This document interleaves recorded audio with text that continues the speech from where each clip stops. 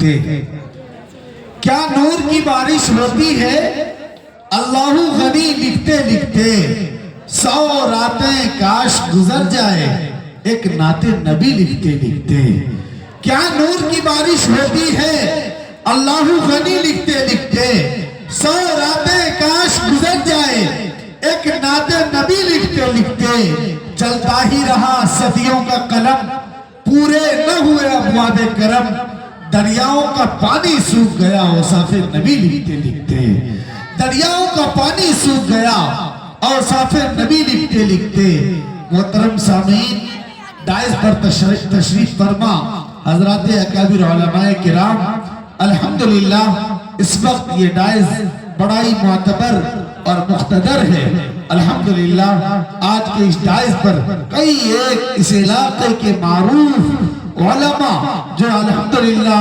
ملک ہندوستان کے مختلف اداروں میں اس علاقے کی بے باک ترجمانی اور نمائندگی کر رہے ہیں اس علاقے کی علمی نمائندگی کرنے والی کئی ایک عظیم شخصیات ہمارے درمیان دائز پر تشریف فرما ہے میں ان تمام اکابرین کا شکریہ ادا کرتا ہوں جو دارالعلوم مدھے پور کے اس تاریخی اجلاس میں اپنی شرکت فرما کر اس ادارے اور اس ادارے کے معاونین محبین بالخصوص حضرت مولانا مفتی عبدالقیوم صاحب قاسمی پرنسپل دارالعلوم مدھے پور الحمدللہ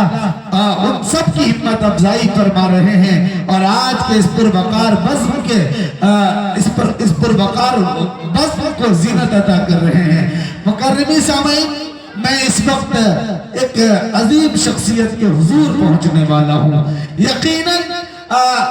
آج کے نوجوان فضلہ بہت اچھی صلاحیتوں کے حامل ہیں اور بڑے بڑے ادارے کے استاذ ہیں مختلف جگہوں پر کام کر رہے ہیں الگ الگ تنظیم سے جڑ کر ادارے سے جڑ کر اپنے خدمات انجام دے رہے ہیں ابھی ہمارے درمیان دائز پہ الحمدللہ حضرت مولانا مفتی شاہد حسین صاحب دعوت برکاتہم العالیہ ہیں جو راجہ بازار سے منپورہ کے ایک بڑے ادارے کے استاذ ہیں ایک اور حضرت مولانا مفتی شاہد حسین صاحب تشریف رکھتے ہیں حضرت مولانا خالد سیف اللہ صاحب رحمانی صدر مدرسین مدرسہ فضل رحمانی کلواہی حضرت بھی تشریف رکھتے ہیں ان تمام اکابرین کے بیچ ایک ایسے نوجوان عالم سے میں آپ کی ملاقات کروانا چاہتا ہوں جن کی نسبت دارالعلوم مدھے پور سے جڑنے کے بعد اس ادارے نے بھی غیر معمولی ترقی اور شہرت حاصل کی اور اس ادارے نے حضرت مولانا مفتی انظار الحق صاحب قاسمی کے ذریعے اس ادارے کو جو پروان ملا جو ترقی ملی میں یہ اگر کہوں کہ دارالعلوم مدھے پور کی تاریخ سے اگر حضرت مفتی انظار الحق صاحب قاسمی کو الگ کر دیا جائے تو شاید اس ادارے کی تاریخ بھی ناقص ہوگی اس لیے کہ صرف 9 سالہ خدمات اس ادارے میں رہ کر جو انہوں نے انجام دیے الحمدللہ ایک ایک علاقے کے لوگ جانتے ہیں کہ اس ادارے سے جڑنے کے بعد حضرت مفتی عبدالقیوم صاحب کی سرپرستی میں اور ان کی معیت میں رہ کر حضرت مفتی انظار الحق صاحب قاسمی نے جو خدمات انجام دیے ہیں وہ ناقابل فراموش ہے میں اس لیے بھی حضرت مفتی انظار الحق صاحب قاسمی کا بڑا قائل ہوں اور ان سے بڑی عقیدت ہے کہ استاذ الاساتذہ قاضی القضات حضرت اقدس قاضی حبیب اللہ صاحب نور اللہ مرقدہ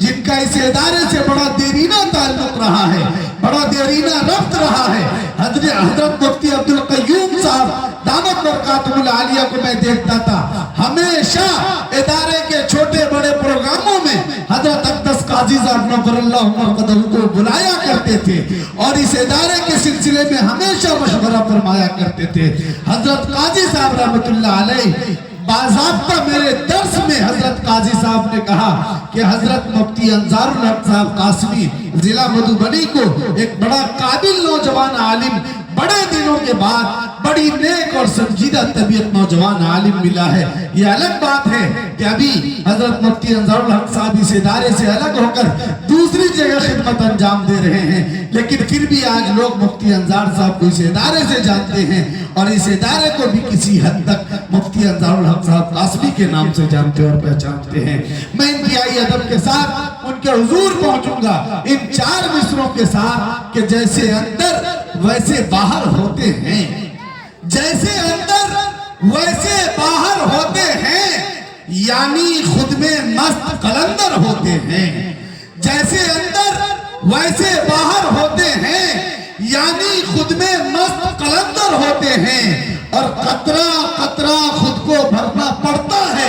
تب جا کے کچھ لوگ سمندر ہوتے ہیں، تب جا کے کچھ لوگ سمندر ہوتے ہیں۔ حضرت مفتی انصار الحق صاحب تشریف لائے اور ابتدائیہ کلمات اور اظہار تشکر کے ساتھ اس پروگرام کا باضابطہ آغاز کیا۔